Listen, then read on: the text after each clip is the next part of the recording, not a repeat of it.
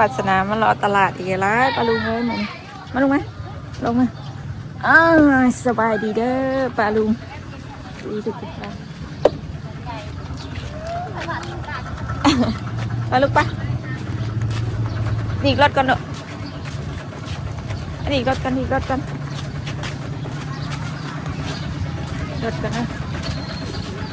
ดีรถกันอันนี้มาทางนี้ดีรถนี่กันเด้อดีรถกันเด้อดีรถก่อนดีรถกันดูแหละก่อนไป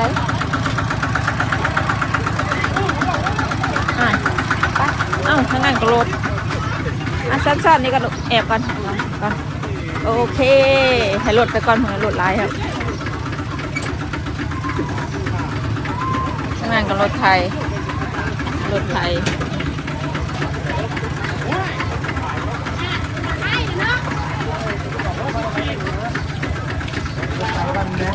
อกไปผมรู้ได้ถึงนี่ไปก่อนป้าแบบนี้ลูกอะยังคนคือหลายแถมนี้หลายพี่น้องใส่เกี่ยวเขาแล้วก็เลยกำลังรอตลาด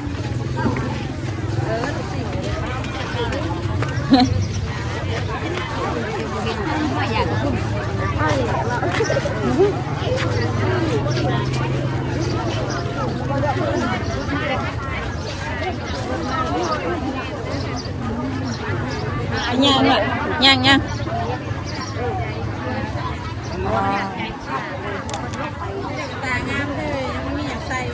ยังอยู่ใช่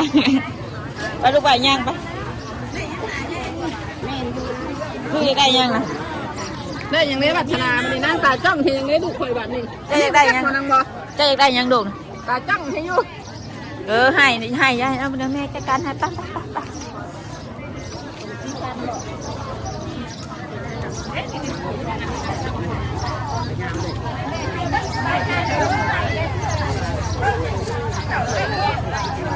แม่ซื้อในมักทั่วกันเด้อ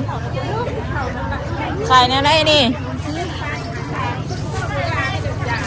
ใส่กระต้มเนาะ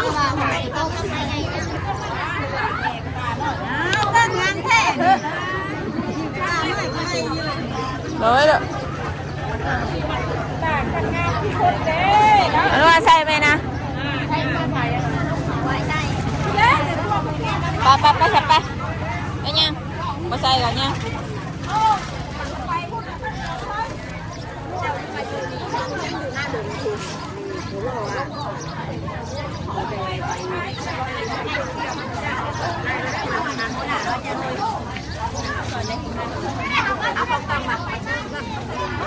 ไม่ย่างลูกอะ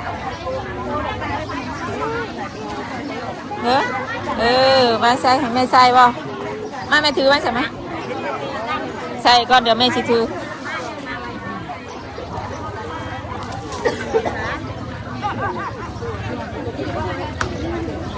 ไม่ย่างลูกใหญ่มาตัวได้เลยทั่วน้องลายทั่ว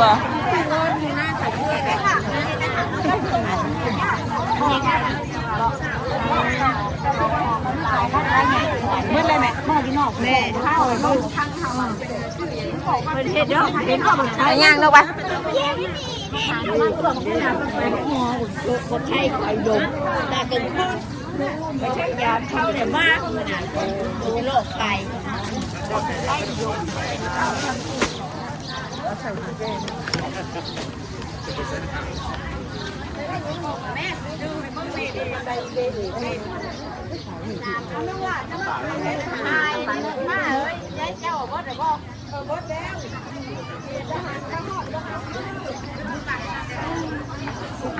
จะเสียยัง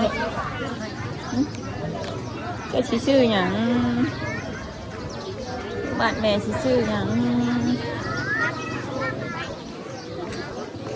มันทักกันแบบเอาละใส่ได้สาระ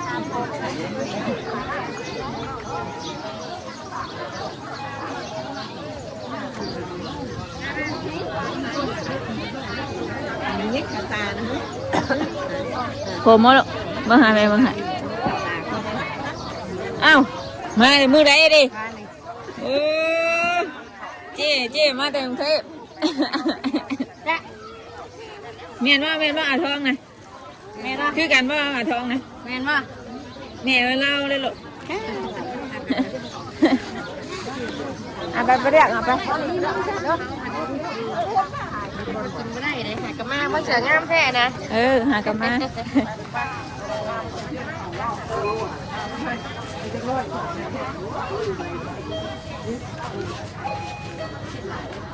ที่ไหนอย่างไรยังอยู่ไปเด้อก็น่าสีผ้าอ่ะนี่ก็ของน้ำข้าวโพดนะย่างอยู่ดิอันยังไปโอ้ยจะไปใส่ถุงเพิ่นบ่ละถุงนี้อย่างไรใช่ใส่เป็นผ้าหาถุงใส่ถุงย่างใส่เห็ดป้านี่เนาะโอเคเอาหนึ่งนะพอเมื่อหอดเงินไม่ง่ายได้อีกแล้วคนที่ดีสุดละ95ในตัวธรรมดาใช้มันได้มั้งก็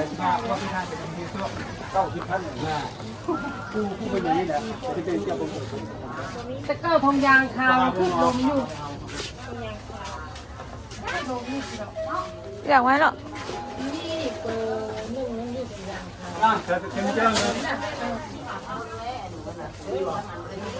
ที่ไหนสิเอายัง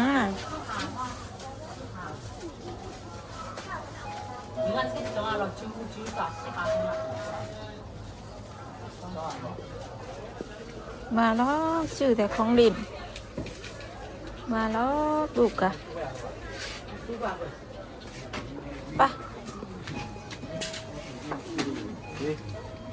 อันนี้บ่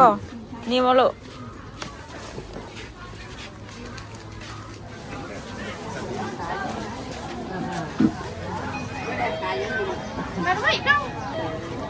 ไป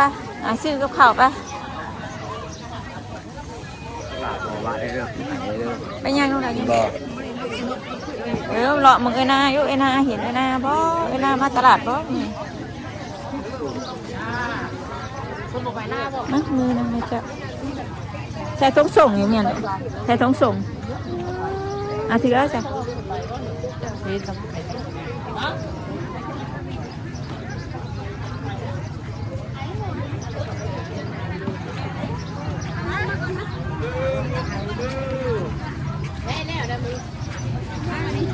อ้า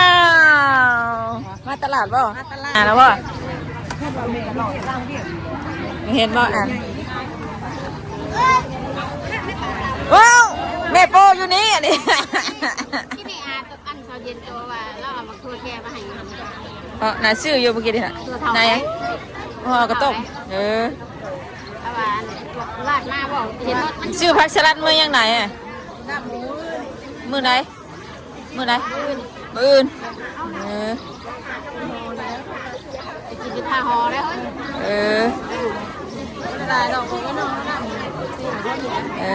ใหญ่ชื่ออะไรมูนะชื่อแล้วได้เลี้ยงบ้านพี่น้องกันนะได้ยังหนูทำซีเด้น้ำมือน่ะ15,000ชื่อนะน้องใหม่น้องเมียวเจ็บท้องท้องชื่อนะน้องแล้วไปหาพ่อนี่แล้วเห็นอยู่เมื่อกี้เห็นไปรอมันกันยังวันนั้นอยู่ที่นี่ยัง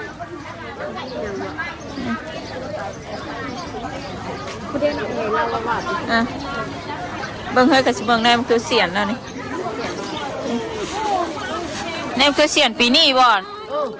ทุ่งเท่าไหร่ทุ่ง15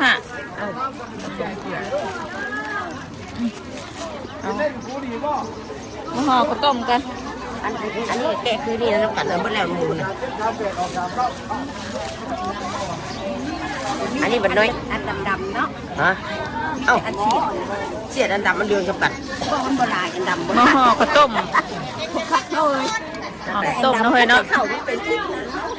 เป็นยังแก่แล้วก็เบิ่งแก่แล้วเป็นล่มเมื่อวานนี่นะนึกประตูเอา แก้มดำมานี่รอเจ็บปะเจ็บเมา ไปรอทางไหน เจ็บปะลูกเจ็บปะไหนเรามาใส่ เล่นน่ะเยอะๆอยู่คนเดียว เจ็บปะ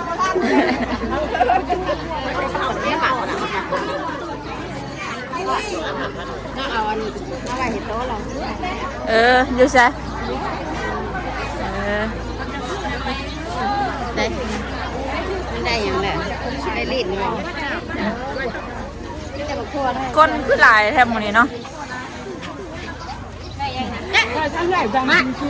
นี่ยก็ออกมันว่ะเนี่ยก็ออกไอ้คุณนี่ ให้อานะ ปะเงาปะเงาได้ไอ้มือปะไอ้มือปะคุณจ้างพวกไอ้มือได้มือน้ำปลา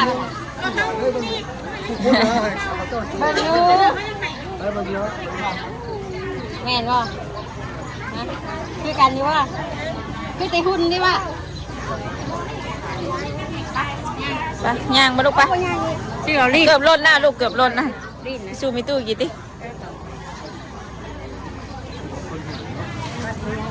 ยังไม่ได้ยังเล็ดแต่ในมันทั่วนักตานี่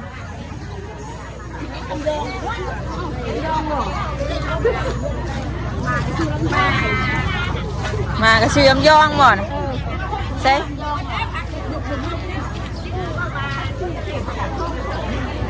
มาขายประกาศช่องวันได้เลยหนึ่งวันเช้าคือได้โชว์ไปเห็นไหมขายที่นี่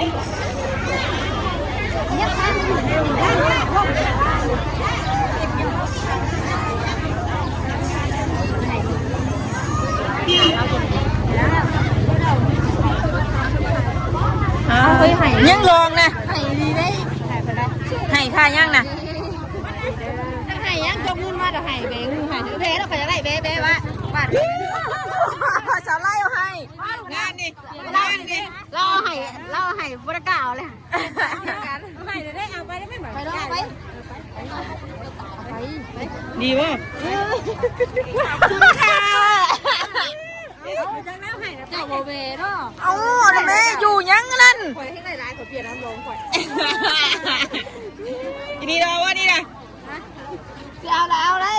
หวานเลย ช่างเลย เอาแล้วหวานเลยทุกจนดึงเนี่ย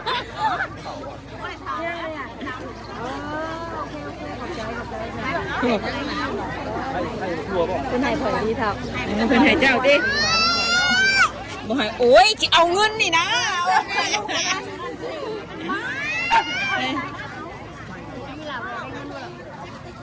เราจะเงินหายได้อะไรกัน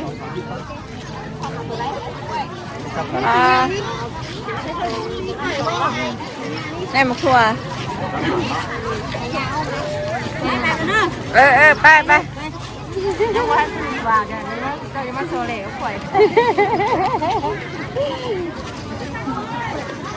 เป็นว่าหยาเจ้าจะมาโชว์เหล่ข่อยอ่ะ ฮะ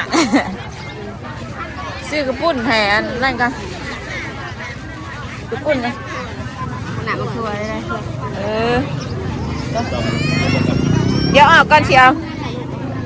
ลองอยู่เฮ้ยมียังกินทั้งนั้นนะสมพักบ่นะ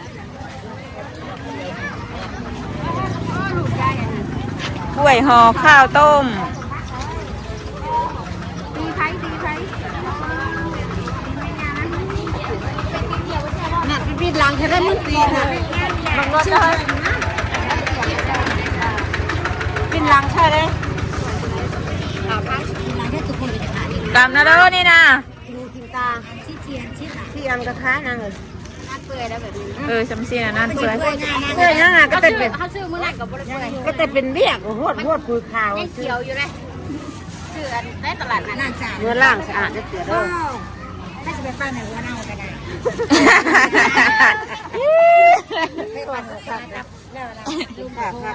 ลูกค้าขายพักแหละ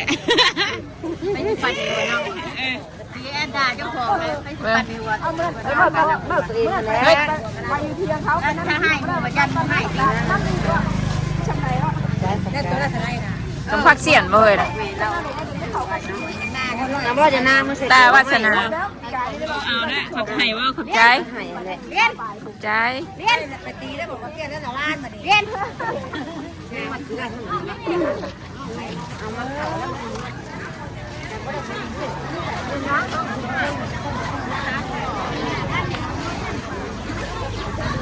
กระปุ่นกับไปแต่เอาไล่อยู่วะคาน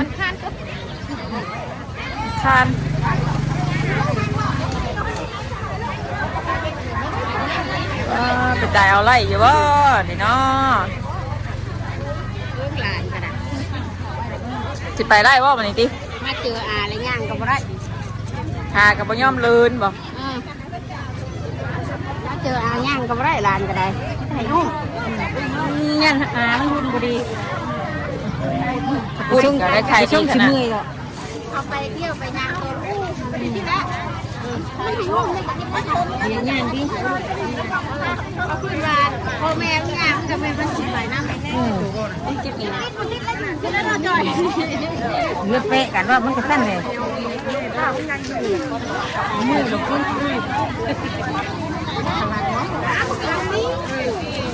แตงคิวแล้วนะดอกหัวเข่าใช่ไหมเนี่ยจะดอกเอานะเนี่ยใช่ไหมหัวเข่าตั้งไว้เลยนะได้จะกินไปโอ้ยเขาจับเขาหยอกซื้อเขาไม่ได้ ตัวกาวว่าเห็นเอาสักโลตัว เดี๋ยวโลนึงโอ้ยล่นก็บ่